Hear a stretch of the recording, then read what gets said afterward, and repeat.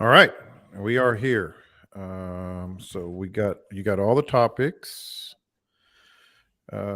Caleb got his boy all set up for baseball. Did we tell anybody else that we were starting early? What do you mean?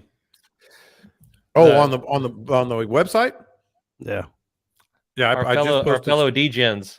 I just posted something on the website, so we are good. They're actually watching right now. We got 3 viewers right now, and that'll be. Lord. People that pay that much attention to us, that's scary. That is scary, actually. Oops, hold on a second. All right, let me fix this, and we will get started. What am I doing?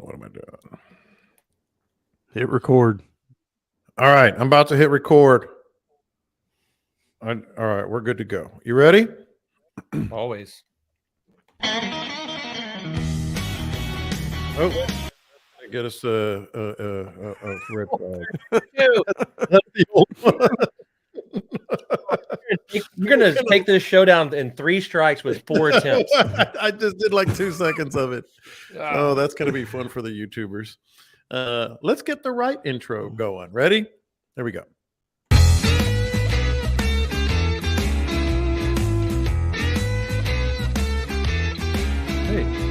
Hey, what happened there? Love that music. John Lopez, Captain Caleb McCumber, Captain Scott and all here for you on the Bite Me podcast. And we are raring to go post-holiday, post-Christmas. And we've got topics galore for you guys. We're good to go for you. I thought I fixed that, but apparently I didn't. So here we are with the intro again, all set for you. But John Lopez, Captain Scott and Captain Caleb McCumber. This is good thing this isn't the first one of the new year, because that would be a bad sign. It's the last one of this year, the Bite Me podcast, and we are happy to bring it to you. We are, Wing it. Say, wing it. Just no, we never wing it.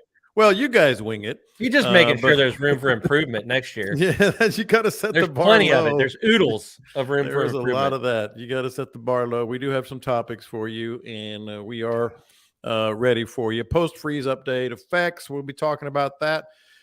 Some rapid changing water temps are going to be out there this week, so we'll be talking about that. We're finally going to get, I promise, I swear, I promise, we're finally going to get to some things they're doing with the redfish in Louisiana because we forgot it the last couple of times. We didn't forget it, never really got to it.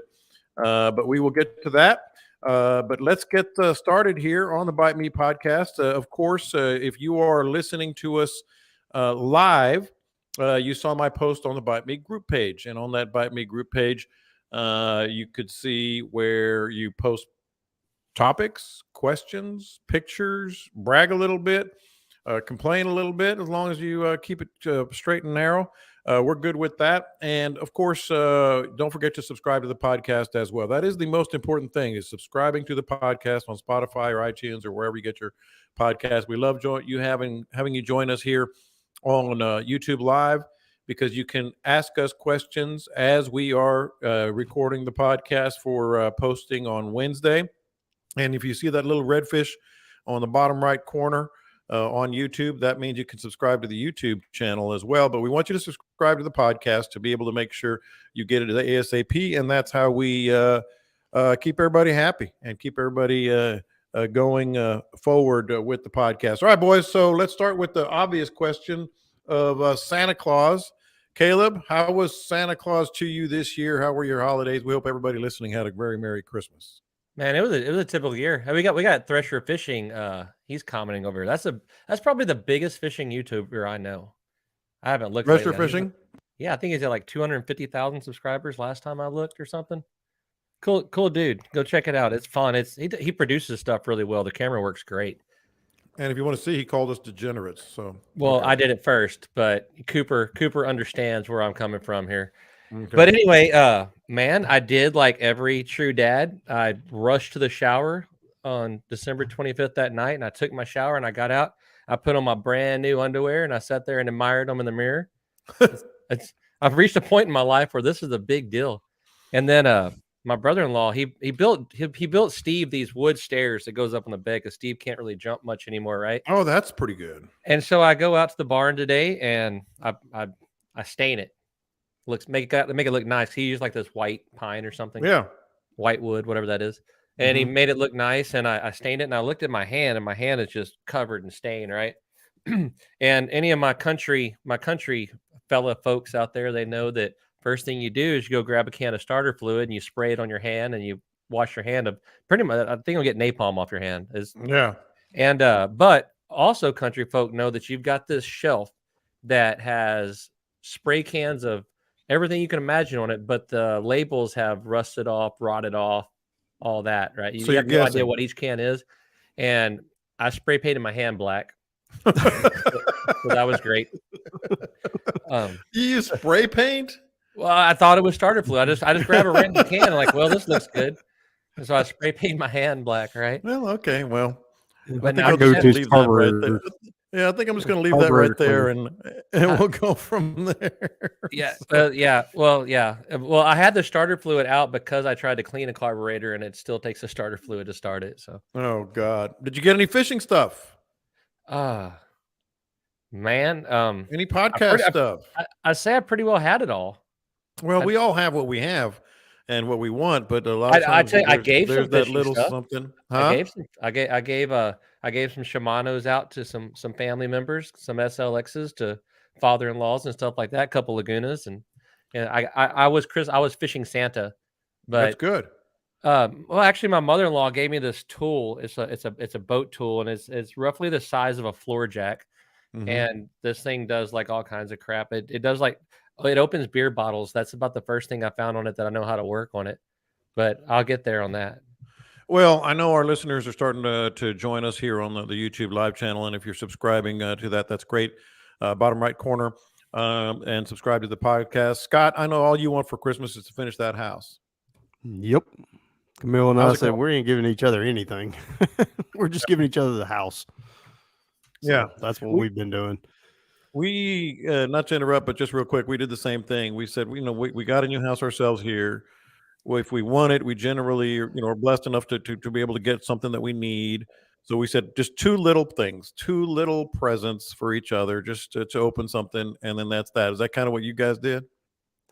Well, I did slip one in, and she got mad. She said, "You weren't supposed to give me anything," but little propane patio heaters. Oh, that's pretty sweet. Yeah, when it was 19 degrees on the porch, it seemed very appropriate. Yeah, I was about to tee up a joke about Scott's favorite fishing spot at the jetties. And I got my wife diamond earrings. You did? Yeah, she lost them, and I was running my hands through the carpet, and something stabbed me in my hand. So you got them back to her. It was a big day. It's a big deal. Have you heard the big news, John?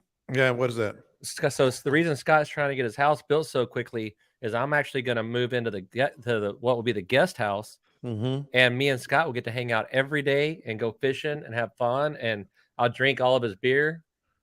Scott has not been approved. Well, what we should I brought this up multiple times to Scott. He doesn't really seem to return the conversation, but I talk about it a lot. Yeah, what we should do is get bunk beds in that guest house, and you and I can both live there. Now, there's an idea. And we'll be the best friends that anyone could have, just like on The Hangover. We're the me best and you three both have friends pretty that nice anyone boats. could have. Me and you both three best friends. We're the three amigos. Yeah. But me and you both have pretty nice boats. So when Scott gets done, he should really build a shed. That way we don't have to pull our boats back and forth. Yeah, he needs to take care of our boats. I'm not leaving my boat. Can you do that, Scott? Sun down there. Pop those up for us. Chickens on our boats. No chickens on our boats. All right, we better get started on the old podcast here. Go ahead, You know what stopped that conversation in its tracks, John? What was that? I said, "Yeah, that'd be great to have somebody else down here to help me work." And that is that. Yeah, well, see, we had that. Typically, when I guide, I'm done thing. about 12 or 1 when I guide on a typical day. I start running Port O'Connor trips. It's daylight to dark, baby. I'm just not coming back. Yeah, absolutely. You'll be in those back lakes. Yeah, I'll go find him in a bar. Yeah, drag him back over here and make him go to work. This is correct. All right, boys, let's get into this.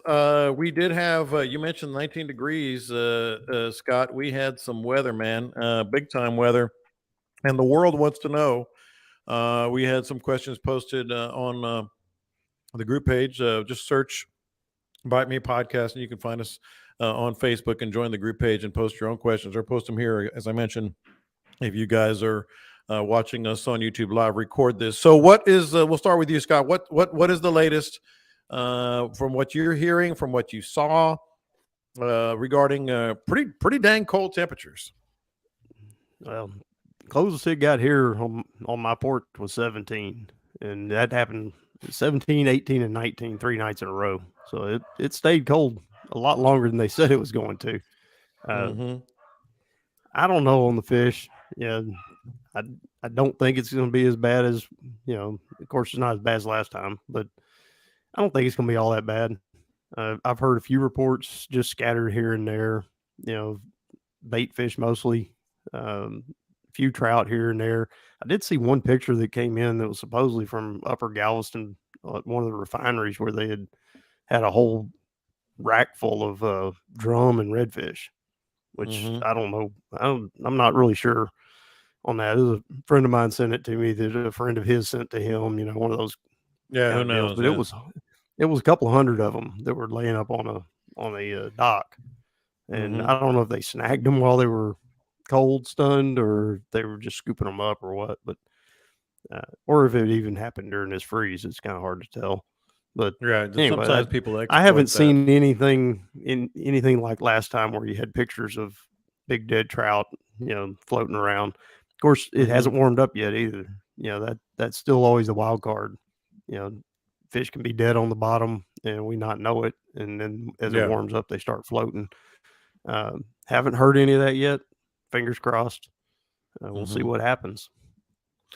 Caleb, the problem with our bay down in East Matagorda last time in Matagorda was there's not a lot of places to exit quickly and get into some deeper water, and the bay itself is not very deep. So the world wants to hear what you have to say, what you've heard, Caleb, on any potential problems in East Matagorda. I think that the world's a bit of an exaggeration, but there's like at least 4 no, people. The world wants to know. I don't know. A hell of a lot of people blocked me on Facebook last time you said the world wanted to know.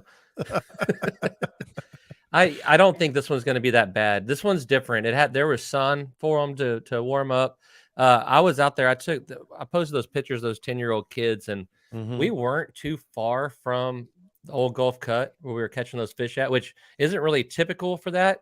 But the one thing I saw that I've seen very rarely is there were acres of birds just sitting on the water, right? Every once in a while they'd hop around, look around, but you could tell they knew there was a large biomass of fish underneath them. I knew there's a big biomass of fish underneath them because there was 10-year-olds just catching them on plastics, right? But they were kind of making a move. And I talked to Lowry that day too. Lowry was red fishing, and he made the comment that I said, I think I'm going to go to a certain marsh. He said, well, you better hurry up because everything I've caught has been on its way out this morning. There's nothing in the back. They're all headed out. But Pat and I were talking this morning about it, and I've answered. There's been several people message me, and I've used this, as my answer. And I can't remember if it was 17 or 18, but there was a week, the first or second week in January, it was below freezing for I think 5 days straight. But the average temperature was like 25. It'd warm up to 30, but man, it was cold. But the sun was out. They gave them something to warm up with, and it warmed up about 2 days before that Legends tournament. And we broke the Legends stringer record, I think 4 times that day. Wow. We didn't really see any dead fish. The water was 47 where Pat and Donnie and I were waiting, and we were catching 6.5, 7 pound trout. They were aggressive. They felt good. And that front and this front were almost identical. It was 3 or 4 days, but it was sunny and gave them some way to soak in some heat during the day. So I really don't think that it's going to be that big of a deal. Like Franklin's saying here, there's some bait fish here and there. I've seen like ribbon fish and stuff, but I don't think it's going to be as catastrophic. Now I need to find this guy's Facebook page to give it to everybody to follow him. It's like Texas Tim's weather or something like Is that that. the one you sent us? You texted us where he's got a very good accuracy on his long range forecast. He's been spot on, and he's saying there's another one of these coming between the 10th and the 15th of January, or it's setting up for it. There's some really cold air pooling up north, and they're expecting it to push down. So, I'll find that here in a minute, and we'll plug it back in. Yeah, but he was spot on with it. I'm not unwrapping my water well for it just because he says it's happening, right? Yeah, and when you find that, we'll get it to you. But Scott, in the meantime, you saw the last couple of texts that have been posted right here on our YouTube live channel. One about the bait fish in southeast Louisiana belly up, but no reds or trout. To me, that's good news. I mean, to me, that is kind of something. I mean, I hate to say it, we needed, right, because of all the bait fish. Yeah, like I said, I'm still going to withhold a little judgment because bait fish will float first. They'll float early. I still think we're going to see some trout, some reds float up in certain areas. There's going to be places where they got trapped. I mean, they're not all going to be smart enough to get out.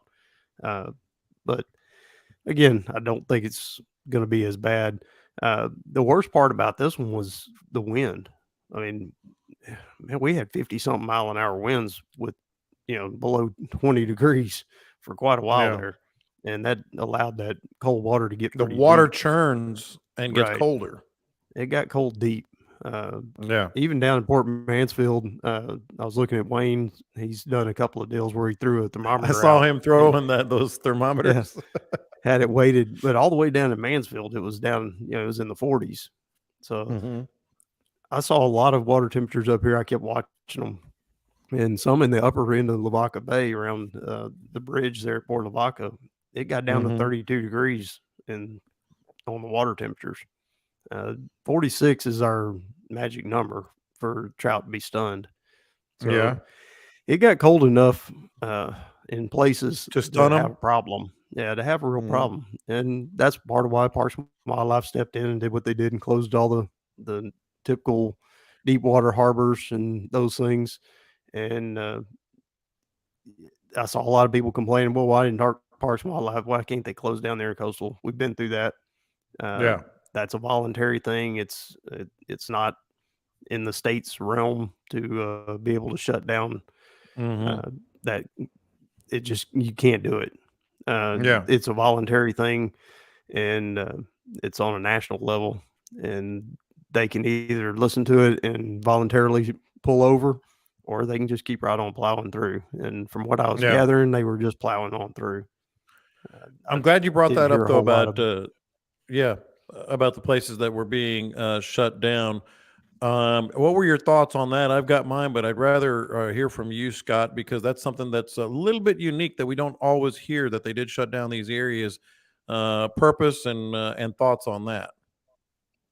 Well, all that stems back from one of the freezes. I believe it was either 83 or 89, and people just lined the docks at like the Mansfield Harbor. The places that they closed down are places that we've all known about for years. Army Hole, the Port Mansfield Harbor, those kind of places where it's deep water along the edge of a shallow bay, and it's known that when it gets cold, that's where the fish go.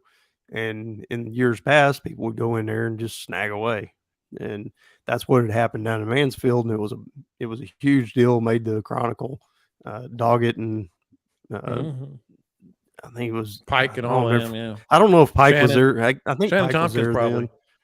Then. Shannon wasn't there yet for that one. No, but it might have been Brister.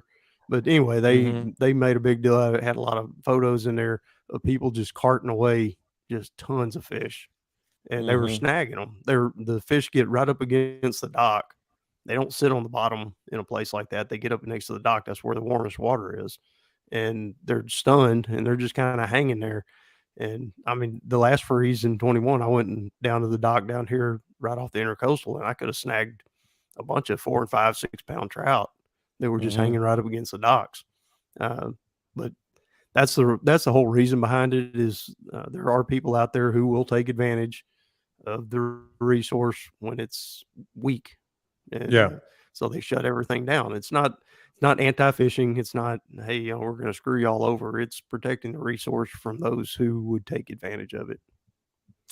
So Caleb, go ahead. Yes. I saw the same thing. For those watching, you know what I'm laughing at. He was like, "Wait, what? You're calling on me? I didn't do the homework assignment." Yeah. No, I mean, but seriously though, I saw it all over Facebook. That's infringing on our rights. Blah blah blah blah blah. And it's just like anything else. Rules have to mean. There's a reason. There's a reason that on a bottle of shampoo says don't eat this. Some idiot ate it. And so now they're making rules for everybody else, right? And that's where that kind of stuff comes from.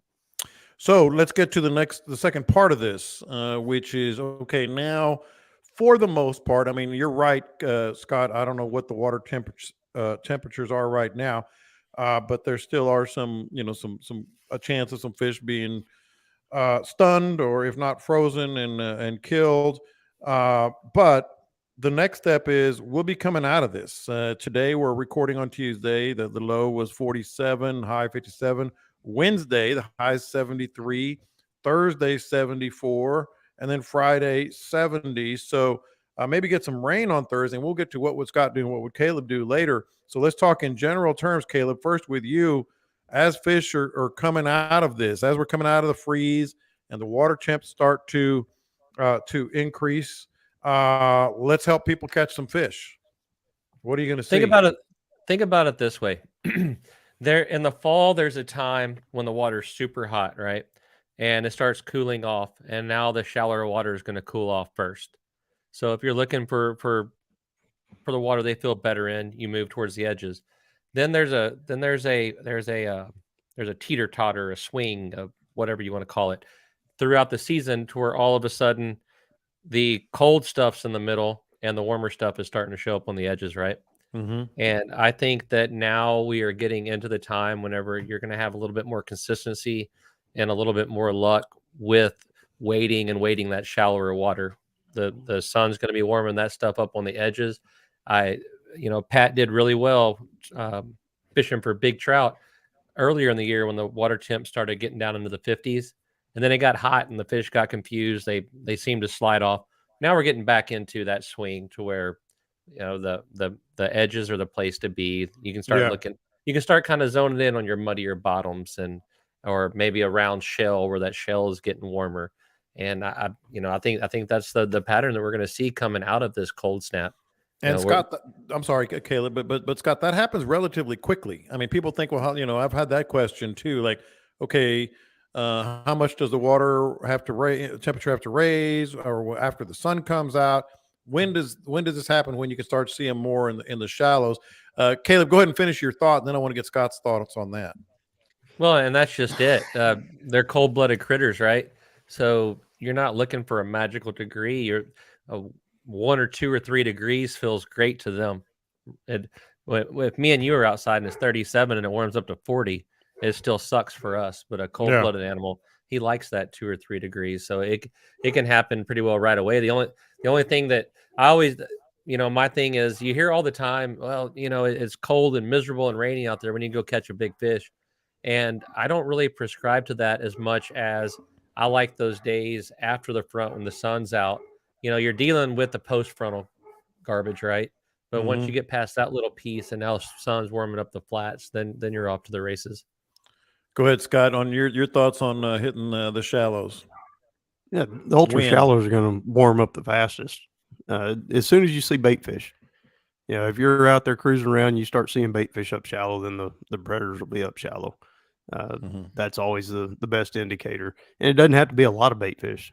You just see 1 or 2 mullet flicks here and there, and then you know that the bait fish are warm enough to start moving around. If they're up there and moving, the fish are going to be hungry. They're going to come out of this. They sulked, they went down deep, and they hung out, and now it's time to go eat again. And so as soon as they can, they're going to. And like Caleb said, the best places along the edges of those shallows where it warms up the fastest. You get a decent rise in the water following these fronts. It blew all the water out. Now it's coming back up a little bit. the next time that tide starts falling out, all that water that went up real shallow got warmed up by all this sunshine. And I mean, I went out today. I felt like a lizard, man. I went out and sat in the sun for a little bit, just warmed myself up. It Oh, was still pretty chilly immediately. down And then here. you get in the shade and you're freezing. Oh yeah, it's still Yeah. pretty chilly in the shade, but out in the sun Mhm. it felt really good. So you think about Yeah.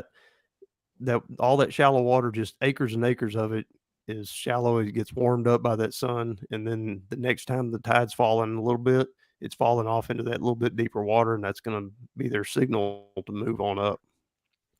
Now, Yeah. the Now, one go ahead, thing you Caleb. want to take away from that though is, and I've seen this a lot, especially with trout, is when they're laying up there sunning, they're still not very easy to catch. There's a difference between a fish laying up there and sunning and a fish going up there to eat, right? Okay, expand on that a little bit. So there's a certain group of fish in Matagorda, and several of us know them, and they like to move up shallow and they'll just lay there. And these fish are famous for being dang near impossible to catch, right? And the reason is they're laying up there trying to feel better. They're not laying up there looking for food.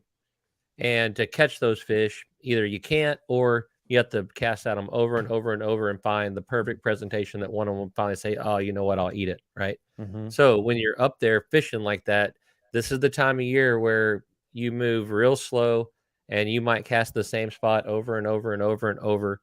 And the patience and the grind really kicks in in this kind of fishing. Other times you go up there and it's just absolutely on, and you cast, you get near them, they're going to smash it.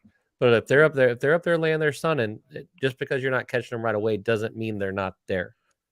Caleb, that's a perfect transition for us, because I was going to say this is going to be a fun episode in a lot of ways, hopefully for our listeners for sure, but for us, kind of myth busting. We're not the myth busters like you see on TV, but we're going to bust some myths on catching and what to throw and when to throw it in certain situations, and it's based off of a question we had about wade fishing.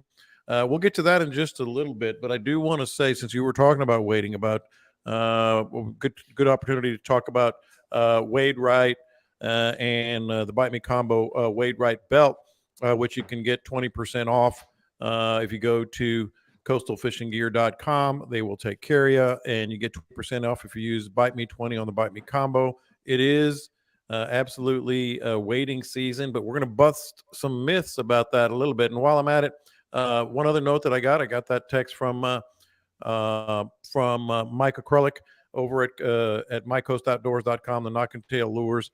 You guys know my favorite of the Plum Ice and the Nuked Glow. The Bite Me 30 combo was for the holidays.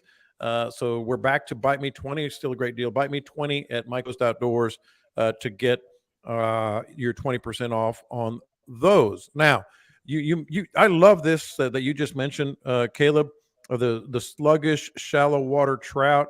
And I feel like as much wading and fishing and kayaking as Scott has done, he needs to follow up on that as well. The sluggish trout, kind of sunning. What has been your presentation, your success rate with the presentation on that, Scott? Very slim. Typically, when a trout's up shallow, it knows you're there before you know it's there. And that's why Caleb's talking about going slow and really looking. You got to look over everything. That's where your coasters come in, and we can still see you eating, John. Even though you cover yourself, we can still see it.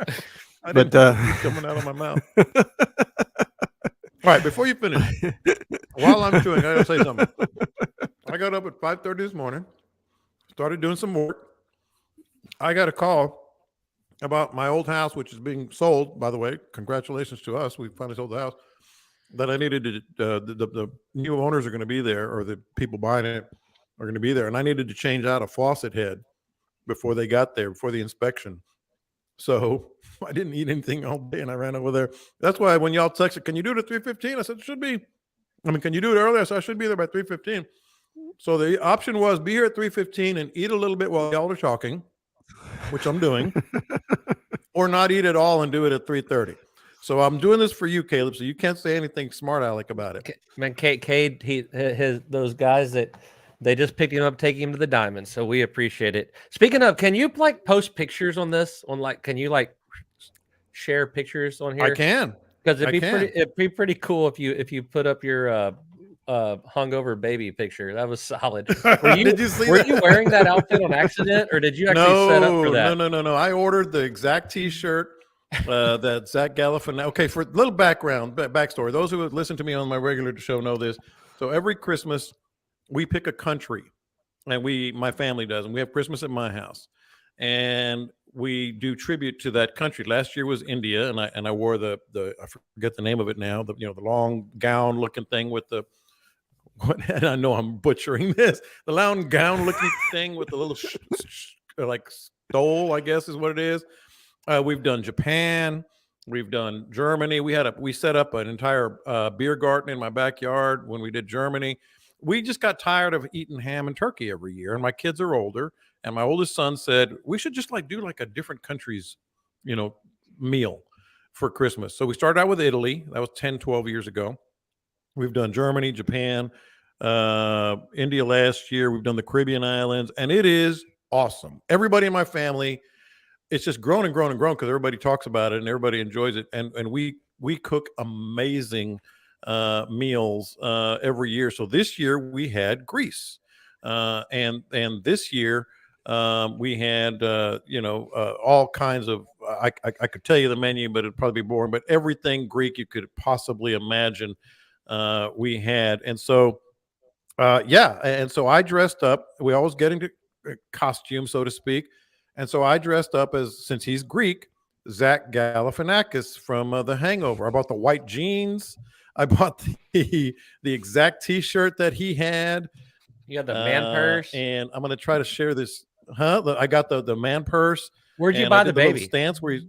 The best thing about the baby is it's my first grandbaby, so I got to use her as a prop, even though the baby in the movie was a male. It worked out great. So I'll find out how to share the screen here, but and I'll get back to that. But Caleb, Scott, you were talking about sluggish, skinny water trout. Yeah, they know you're there before you ever see them, and that's part of why they're so damn hard to catch. And he's right, there are some of them that are just up there sunning. We used to see them in the springtime a lot in Galveston on the grass flat on the north shoreline of West Bay. As soon as the water would start warming up in the spring, we'd be out there poling, chasing redfish around, just look over and see this black log and laying in the grass and go, oh damn, that's a big trout. And that trout knows we're here. And I would go out there on my days off and power pole down and then pick it up and move 5 feet and power pole down and just scan and look. And I could see them, and I'd put flies in front of them. I'd put all kind of stuff in front of them, and just flat couldn't get them to eat. I'm sure there's some point that they eat. I really don't know when that is. I'm talking ultra skinny, 6-8 inches of water. You get into a foot or two of water, you got a lot better chance. But that super skinny stuff where their backs are almost out of the water or sometimes out of the water, I've found those fish to just damn near be impossible to catch. Did y'all see that slide? I didn't, but don't worry, I'm on it too, buddy. All right, I'm sliding it. I'm going to share the screen right here. See if I can get it done real quick. How about that one? Are you seeing that? Nope. No. All right. Well, I'll let you handle that while we do this real quick. All right, let's move on and get to the next topic. But yeah, it was a lot of fun. Caleb, you're working on sharing the screen in the meantime. Let's get to the next topic because we talked about the freeze. We talked about the water temps and the sluggish trout inside. Let me ask you guys about something that we've been talking about, wanting to get to, and I don't want to skip it anymore. And that is Louisiana, which we've always known is going to be very, very, I guess, late to the party. Maybe is the way to put it in terms of their fishery being so rich, so they're kind of not as adamant about preserving. I mean, they are, but not as quick to act in terms of preserving the fishery. So Louisiana Wildlife and Fisheries this month, I'll read it. and then to have you guys react. They presented the state stock assessment of red drum to the Louisiana Wildlife and Fisheries Commission. We have a lot of listeners in Louisiana. And what they came up with, Scott, this is something I want you to talk about, is the spawning trout of red drum. Simply put, the number of red drum available to spawn relative to the population has dropped 20% in the last, I think they said 4 or 5 years or whatever it may be. And the juvenile stock, when it is between 16 and 27 inches in length, is about 1.5 to 4 years old. The harvest strategy on those they felt was very, very harsh. 35 years ago, red drum were designated as game fish, ending the commercial harvest, and they started the limits. But now they're saying that people are pulling a lot of redfish out there. What does it tell you that when Louisiana, and I'm not criticizing the Wildlife and Fisheries Department, they've just been so rich. They've been very, very I guess, like I said, it's kind of slow to react. What are your thoughts on that?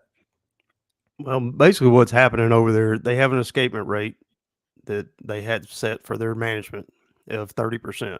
So 30% of all the fish, when they reach that 5 years old, need to escape and go out into the Gulf to spawn. 30% maintains their population, basically. And they're currently at 20%. So that's a substantial amount. They're 10% below their proposed, what they say they need to be at. The problem with redfish is they're a long-lived fish. They live up to 40 years. So now you've got this hole in that spawning group where it's 20% lower. Caleb managed to get the picture up. There it is. So there you have it. Zach Galifianakis. Go ahead and continue. Yeah. So anyway, they've had that same limit since '88, where it's 16 to 27 inches, one over. 97% is basically what they're saying. 97% of the overall harvest is those fish 16 to 27 inches, and they're allowed 5 redfish a day over there. So they're going to have to cut the limits substantially in order to bring it up to where they can get that 30% escapement. The problem comes in with those long-lived fish. Now they've got that hole that they need to fill. So they really need to get it above 30% by a good measure in order for it to recover. And based on what they're showing right here and the proposals and all the scientific talk, they're saying it'll take till 2050 to get the spawning rate back up to where it needs to be. I didn't think about that. I mean, if you've decimated your population to that point, the biggest problem that they're having over there, in my view, is the pogie boats are taking out a lot of the adult fish, because their adult spawning fish out in the Gulf of Mexico and along the beachfront are getting hammered. Yeah, by you're talking boats. along the beachfront. Those pogie boats just keep going and going and going. Yeah, they're out there to catch the pogies, the menhaden, but they're also catching tarpon, and they're also catching bull redfish and jacks and everything else. And I've seen the videos. I've seen a couple of the guides over there have shown the videos of miles and miles of floating dead bull redfish. And I can tell you, just from my personal experience of going over there 10 years ago, 12 years ago is when I started going. And it was nothing for us to go out and see schools of big bull reds in the bay in the wintertime. I mean, that was common. And we were always, just hammering away. You've talked about tournaments where you're just sitting there in the channel. Oh, yeah.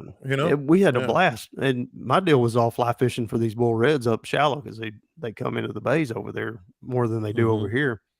And as time went on, I guess the last time I was there was in 2020, we were scrounging trying to find bull reds up in the marsh in places where we had seen literally hundreds of them in the past. And we were seeing one here, one there, no schools. There wasn't any big schools in there. It was just all individual fish, maybe 3 or 4 come by at one time. It was obvious to me that there was a problem. And then I started seeing the videos with the pogie boats and the floating dead redfish, and it all kind of came together, because that was right in that same area, right off Grand Isle area. And, Right. so they've got a twofold problem. They're taking too many juvenile fish, so their escapement is not high enough, and then also they've got the pokey boats just wiping out their breeding stock. So it's going to take, I, I think it's going to take a pretty strong measure from them and drop it down pretty hard in order to get it back to the levels that it needs to be. Okay, Caleb, that's a good transition to you, because you and I and Scott have had this conversation about it's hard getting through to some people, man. I mean, we're not anti anything. We talk about it constantly. Neither are they. Wildlife, whether it's Louisiana wildlife fishery or Texas Parks and Wildlife or whatever it is. You think it's starting to resonate because you've been there even more recently than Scott, on a regular basis. You go there a lot. I think it's one of your favorite places to go in Louisiana. Do you think it's starting to resonate with some of those guys like, we're always going to be catching fish here. It's Louisiana. It's America's fishing paradise and outdoors paradise. Is it starting to click a little bit? Man, you would hope so, because I pretty well spent my entire summer in Louisiana. I bet I fished, I don't know, whatever 8 or 9 weeks times 7 is. That's how many days I spent there this summer. Mm-hmm. And it's a continual drop. It's not what it used to be. And it's kind of sad. We need to get it back to where it used to be. And like you said, man, me and Scott for sure will bang on Texas Parks and Wildlife just as much as we will Louisiana. They aren't called Parks and Wildlife, but whatever they are over there. Mm-hmm. But Scott got very scientific with it and used percentages and stuff. I'll just say that I'm over there looking at them a whole lot, and it's been a decline every time I've been. Years ago, when I first started going over there, a buddy of me and Scott's, Thomas Barlow, he told me if you get in a pond and there's less than 200 fish in it, just keep going. Don't even stop there. It's not good. And so I attempted that for several years, and finally I talked to Thomas a couple months ago. I was like, all right, I give up. How the hell do you find a pond with that many fish in it? He's like, oh, it ain't like that anymore. That's what it used to be. Yeah, I was Well, lying to you okay, about thanks for the today. tip, right? Yeah. Great information there. If you're out hunting and you don't see 7,000 buffalo out on the prairie, you don't even go hunting. I mean, that's what he told me, right? But I don't know how I'm able to come up with these analogies off the top of my head, but my wife loves how I do this. That was good. But anyway, yeah, man, it's slowing down. Now, one thing I can say, because I don't just fish one spot in Louisiana. I pretty well fish from the Texas border all the way to the Mississippi border. The tournaments I lead, and as fast a boat as Daniel and I have, we're able to fish a lot of water. And once you get way inland, like Homa, that stuff that's away from the pogie boats and everything, it's not as good as it used to be, but it's not as bad as it is now. Once you get down to the Venice, the Delacroix, the Biloxi Marsh, the Reggio, that kind of stuff that is feeding off of those fish that are living right, because offshore is 2 miles from the marsh there, if not at the marsh, right? And once you get to where those pogie boats are bad, because I've seen it firsthand what Scott's talking about, you see a pretty big hit there. So I think if they're going to mess with their limits and everything, that's great and good. But they need to regulate how close those pogie boats can get into shore and all that kind of stuff too. Because, Scott and I, we've done it together. I've been with Scott down in Grand Isle at those big groups of fish, and it was amazing to see. And for it not to be like that anymore, it's painful, and it's a red flag. It's that simple. So we're not hating on Louisiana fishing. We're just hating on how they do it. We want it better. Scott, we've had a couple of comments come up here. FG talked about how C.A. Richardson, one of the legends in the industry, said there's a gap in their redfish fishery in Louisiana, and that gap is kind of what you were talking about. You got the little ones, you got the spawn, the recently spawned fish, and then maybe you have some bigger ones outside. That gap, if you can address that, and Franklin talked about how just all the finger pointing that's always going on, which we've talked about here, people not believing in what they're being told by the Wildlife and Fisheries Department of Louisiana. Here too, Franklin. Plenty of that here too. Yeah, that's always going to be there, because guys go out and they catch fish. They go, see, everything's fine. It's all good. And I don't want to point the finger at younger guys or anything like that, but younger guys haven't seen what we saw. Yeah, that comes up all the time with the trout fishing over here. Oh, it's fine, man. I can go out and catch my limited trout. Well, the limit's 3. or the limit's 5, Yeah. depending on where you're at. We used to go out. I hate to be that guy. Yeah, hey, we used to, but seriously, we would go out and catch 40, 50, 60 trout in an afternoon with no problem. Just chunking lures, go out in the surf, catch 100 trout. I mean, it was not that uncommon.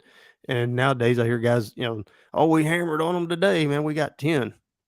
Yeah. Okay. And I think that's kind of where some of this comes from is people don't look at it in a historic perspective. They look at it in their time and in their amount of time on the water. This is as good as they can recall it. It's still fine. It's still okay, but it can be better. It can be a whole lot better, guys. 15, oh God, I'm looking back at it now. It's probably closer to 20 years ago. I was going to Chandeliers a lot, and on Captain Troy's boat, there was one of the trips where we had a bad norther. It was a November trip. We were going to try to slip out to the Chandeliers, and instead we went to the Biloxi Marsh, and he parked that big ass boat in that 63-foot boat in a oil field channel in the marsh, and we bailed out in our kayaks and just went out through the marsh. And I literally had a day. I could not tell you how many redfish I caught in that marsh. All on top water, and it had to be well over 100. I mean, way into, probably pushing 200 fish. And just an incredible day. Every little point, everywhere that you looked at that you said, man, a fish ought to be there. There was 1 fish, 2 fish, 3 fish. It was just a constant all day long. And I fished from daylight till dark and just had a absolute blast in there. I don't know if you can do it now. According to what Caleb's saying, I haven't been in that marsh in a long time, but I seriously doubt that it's that way anymore. No, I wasn't far from where you were talking about September, I guess. And there you could find one little island or something with a point with a handful of fish on this, but then you could run through 10 more of them and not even see a fish. If we found a group of 10 fish, we were really excited about it. There were days when I was putting 150 miles a day on the boat and seeing 10 or 12 fish. It was pretty rough. Hey, John, I got a question. Yes, sir. How surprised were you to find out that Scott's 59?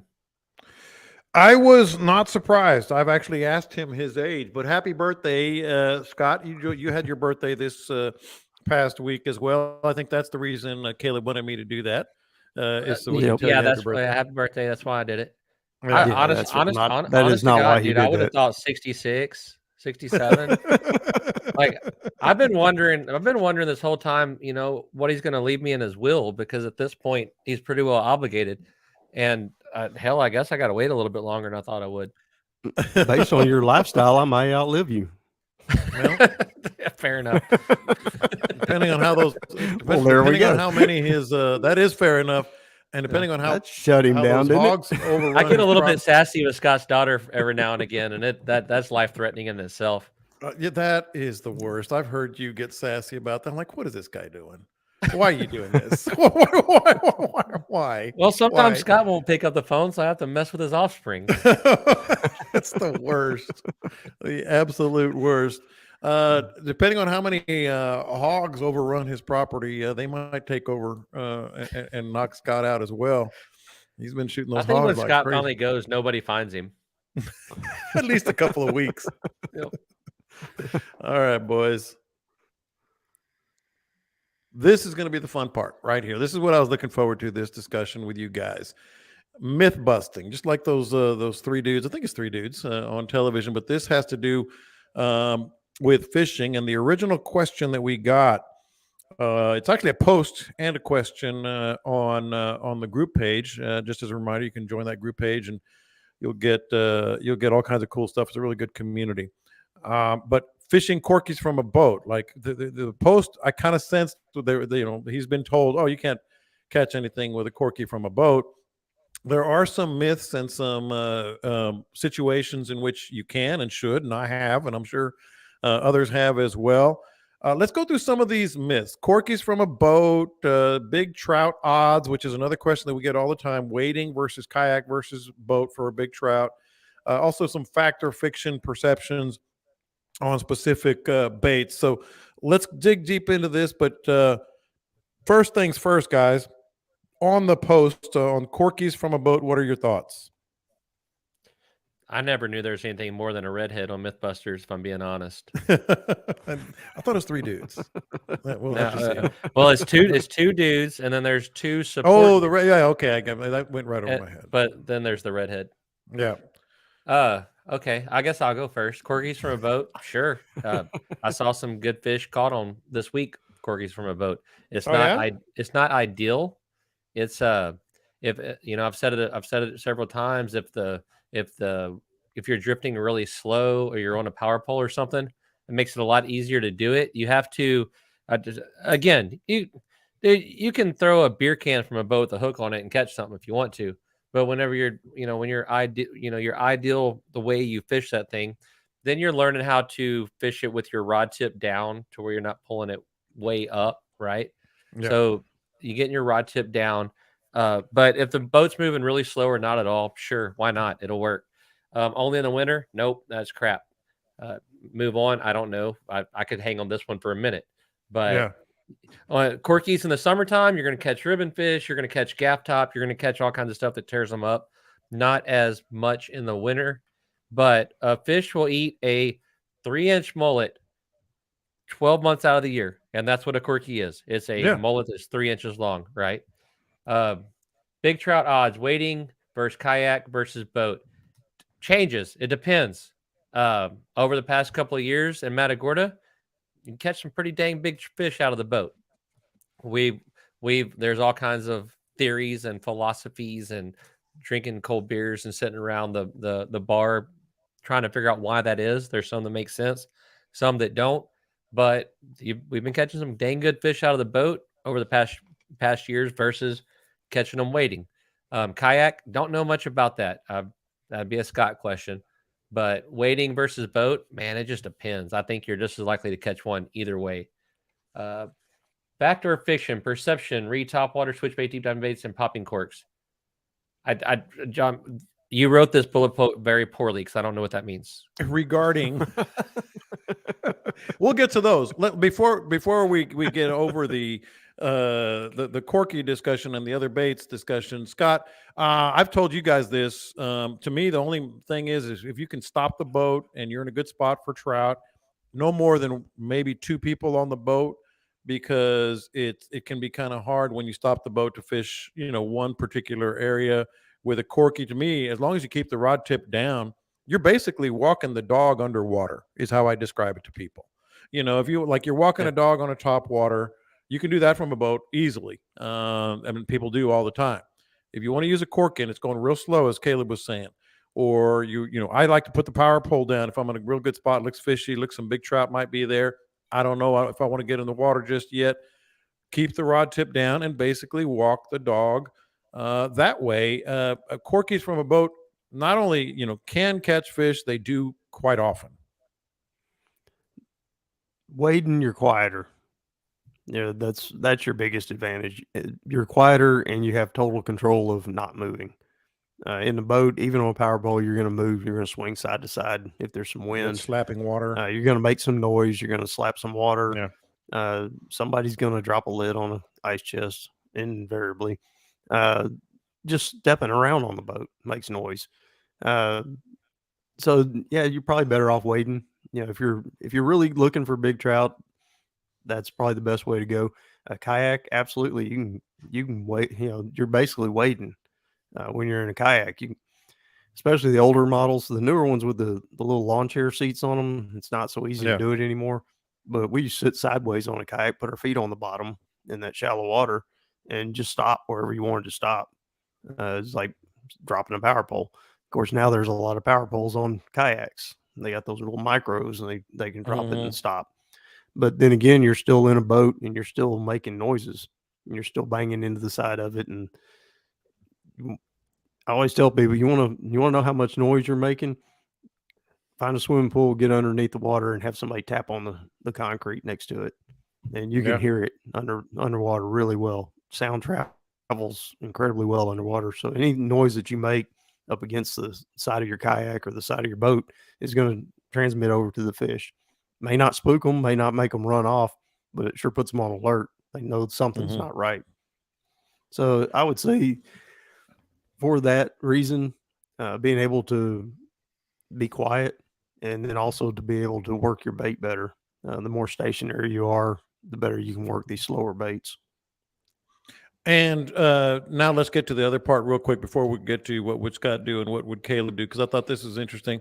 A lot of misperceptions is what I'm talking about there, Caleb, in terms of like fact or fiction perceptions regarding topwaters. I addressed one of them, like some people don't think you should be throwing topwaters from a boat, which I think is ludicrous. A lot of people think topwaters are just in very, very calm water because they want to see the blow up and they think it's cool, and it is cool. It looks awesome. It looks like a TV show. But most topwaters, the misperception is when you're throwing it, Caleb, with regard to the water, because generally for me, a little, sort of choppy water makes that bait even more effective. It works better when he uses it in a sentence. Now I know where we're going with this. Now you know what we're talking about. Man, you know what? The number one The thing problem that is Caleb read the rundown. That's the whole problem. Yeah, well, It's as an we're issue. doing the I'm podcast, a reactionary creature. Yes, as we're doing the podcast. Yeah, I mean, it's going on 3 years for me now with this. I used to, just so all y'all know, I used to take like 2 or 3 pages of notes off of the run. Like I would get the rundown. This is back when like I'd only been on 1 or 2 times. I'd get the rundown and I would get out a notepad the night before and I would like write the question and I'd make all these bullet points and all this stuff. And I would have like a syllabus like you've never seen. And I would get there and the question on the rundown, the question John asked would be, they wouldn't even be cousins. Like it wasn't even related to what happened here. And so I just So he's quit doing blaming that. me, Scott. He's blaming Yeah. me. Yep. Well, I got to say he's kind of right on that. Yeah. I did the same thing. It's organic. It's organic. I'm glad you guys did your prep work, but it can be organic. And I do take questions. So if you had any questions, you could ask me. But you see where I'm going with this. A lot of people like, oh, I can only throw this bait here, or I can only throw a popping cork for redfish. That's another one, Scott. And I can tell you from experience, that is not true. I've caught 1 million trout on a popping cork. And then there's some misconceptions about deep diving crankbaits. Oh, that's a freshwater bait. Well, throw them on the jetties and see how many trout you catch, because you're going to catch a bunch of them. And twitch baits, how do you work them? So, Caleb, if you can just kind of finish some of those misconceptions and perceptions on topwater, twitch baits, deep diving crankbaits and popping corks, and then we'll get Scott's view. One of the things that I've heard a lot is you can't throw a topwater when the sun's high because the fish don't like to look up at it. And that's absolutely silly. That's bizarre. I mean, I've had people like they were so passionate about it. I thought we were going to fight. Like, yeah, this is back whenever I used to care enough to like actually argue with people about fishing. Now I'm just like, okay, cool. And keep going. But man, I've caught a bunch of fish noon, 1, 2, 3 o'clock. It's that's crap. Twitch baits. If you're fishing it slow, fish it slower. Now, here in the next couple of days, the water's cold. If the fish are fired up and the bait's moving, you can work that thing as fast as you want to. Sometimes you have to work it really fast to get bit. Twitch baits aren't always working them slow as you can. Deep diving crankbaits. I mean, I don't know. Throw them and reel them. I don't think there's any way you can fish one other than doing that. Yeah. And then popping corks. My favorite popping cork is X. I have, my favorite popping corks are ones that last a long time. That's why I throw the ones that I have. But I have them in nylon leaders. I have them in titanium leaders. I have them in stainless. By leaders, I mean the little critter that in the middle slides up and down. Yeah. Because I didn't really believe this either until it happened to me. Me and Robert Jones were out fishing one day. I'm throwing one with a titanium leader, and it's a super loud, super nice crack. And he has on the same brand, same everything, but it's got a monofilament leader. And when you pop it, it doesn't sound very good. And he outfished me like 10-1 on this thing because that popping cork did different things. And from that day on, I became a believer in having 2 or 3 different styles of popping corks on my boat, a loud one, a kind of loud one, and a not loud one, right? And to me, that's, I don't know how to say this without sounding weird. I would, it's like your advanced fishermen learn stuff like that, because up until a couple of years ago, I was like, man, a popping cork is a popping cork. It makes a sound, it makes the lure hop, the fish come to it. But from that day forward, I learned that have multiple ones and try multiple things. We've talked a lot about different lengths of leaders and all that, but just the sound of the cork I've seen has made me, believe a lot. FG here says top water, never stop walking it or pause in between walking. I usually start off not stopping walking it. If I get some blowups on it and they miss it, then I'll start pausing it. If I'm not getting any action at all, I'll stop it. The tournament that Daniel and I won out of Port Arthur, like last year before, I can't remember anymore.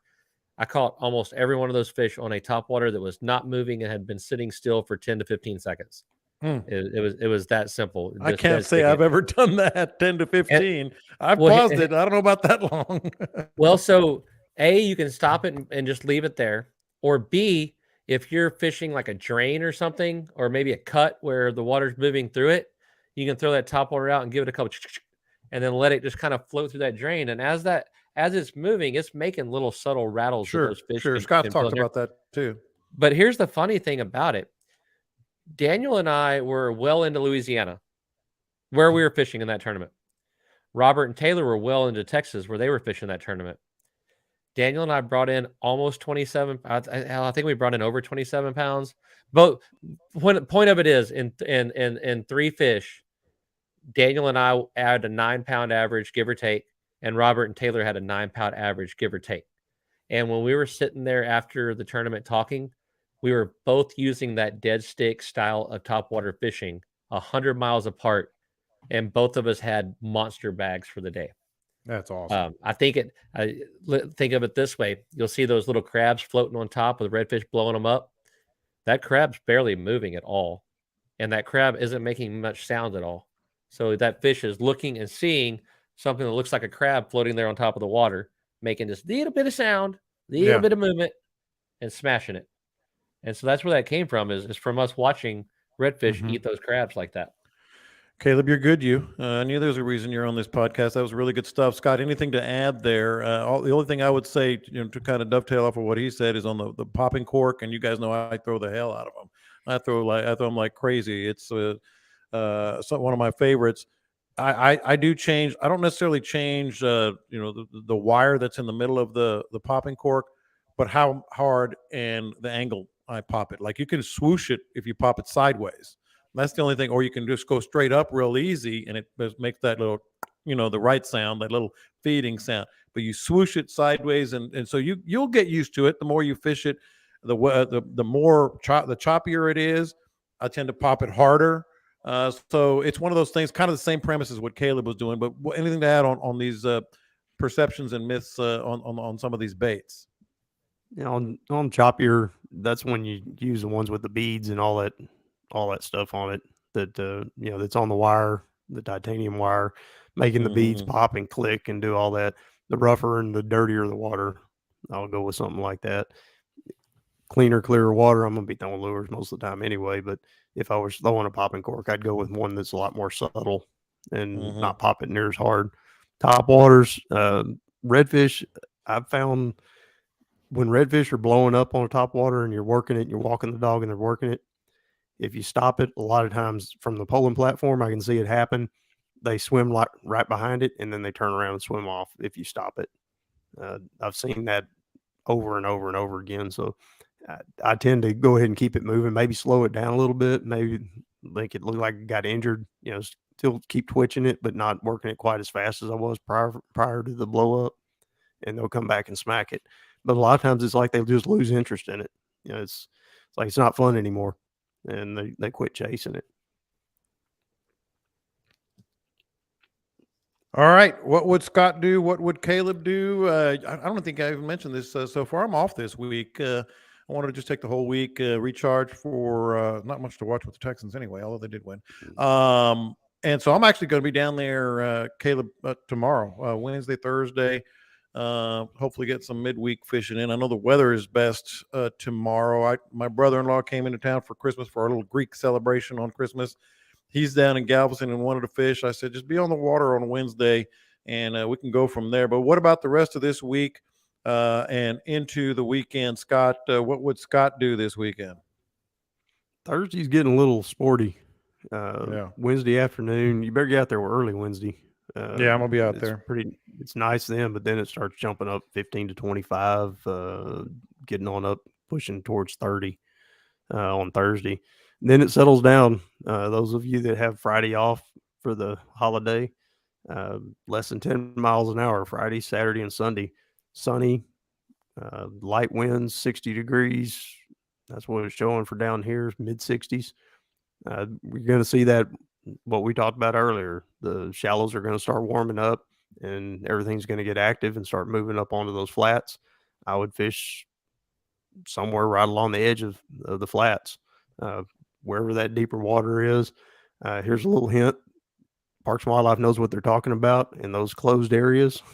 If you can find something adjacent to one of those closed areas and a flat near that, that's where I would probably, that's some place that I would start. If they close any place that you know of, knows your way over there. Yeah, they kind of know what they're talking about with it. But also, there's a lot of them that there's so many that they can't close. You know, they're all the entire intercoastal. We know that they fall off into there. So a flat adjacent to an intercoastal, anything along those lines where they can start creeping up there and getting up onto the flat, I would start looking at that, and I'd look to go in the afternoons more so than the mornings. Let that sun warm it up. I've been looking at the water temperatures, and middle coast on up to the upper coast is still in the 40s, but it's like a stair step. Every day it's been getting a little bit warmer, and then at night it drops just a little bit, and then it warms up a little bit, another 3 or 4 degrees the next day while the sun's out, and then it drops a little bit overnight. So that afternoon warming trend is key. You're going to make me fish on Friday too, aren't you? I'm just looking at it as you're talking, and you are 100% right. Caleb, what are you seeing? Anything to add? Scott knocked it out of the park. That's exactly it. It looks pretty stinking good Friday and Saturday around here. I wish I was home Saturday. I'm going to see my mama, but if I was home Saturday, I'd be out fishing. Good for you. That's awesome. So I'm guessing you didn't get to see her at Christmas time. No, so you'll be able to do we that. have enough. We have a bunch of different obligations. So and you got New baseball, Year's is our Christmas. You got fishing. You got all that, and of course, don't forget ScottNollPhotography.com. You can get your shirts, your hats, your Bite Me shirts, Bite Me hats, Bite Me buffs, all that stuff. Captain Caleb TV for Captain Caleb, as well as AllStateRoofs.com. Maybe your roof suffered a little damage there over the. It wasn't a lot of ice, but you may need a roof job. It was windy. Yeah, you may need a roof job. Get with Caleb on that. You'll be dealing with Caleb. I mean, he'll take care of you for sure. Also, you got your airwaves, and Scott, I know you've got all kinds of things going on. You got your deer trip still. How much longer is that going to be going on, or is it done? Now we've still got deer hunts on to the end of February on that ranch. Oh, nice. I'm only go to my own deer lease for the first time this year, actually. Believe it or not, I've got a deer lease that I haven't even been to yet this year. So probably in the next few days, I'm gonna slide out there and go hit the deer camp for 4 or 5 days, something like that. I may even do the podcast from there next week. Who knows? Hey, man, I'll be down for that. No problem. Well, you guys, really hope you all had a good Merry Christmas, and I hope all of you guys have a very safe New Year. I hope my man Caleb, my man Scott are absolutely safe as well. I'm going fishing. I might go fishing Wednesday, maybe Thursday, Friday, Saturday. You guys see me out on the water, give me a wave. We'll talk to you next time. Catch them up. All right, boys. How about that? That's good. You going this week, Scott? We're still live. I know. We still don't know how to I'm gonna end it. I'm gonna end it here in just a second, and I'll edit that stuff out. Camille's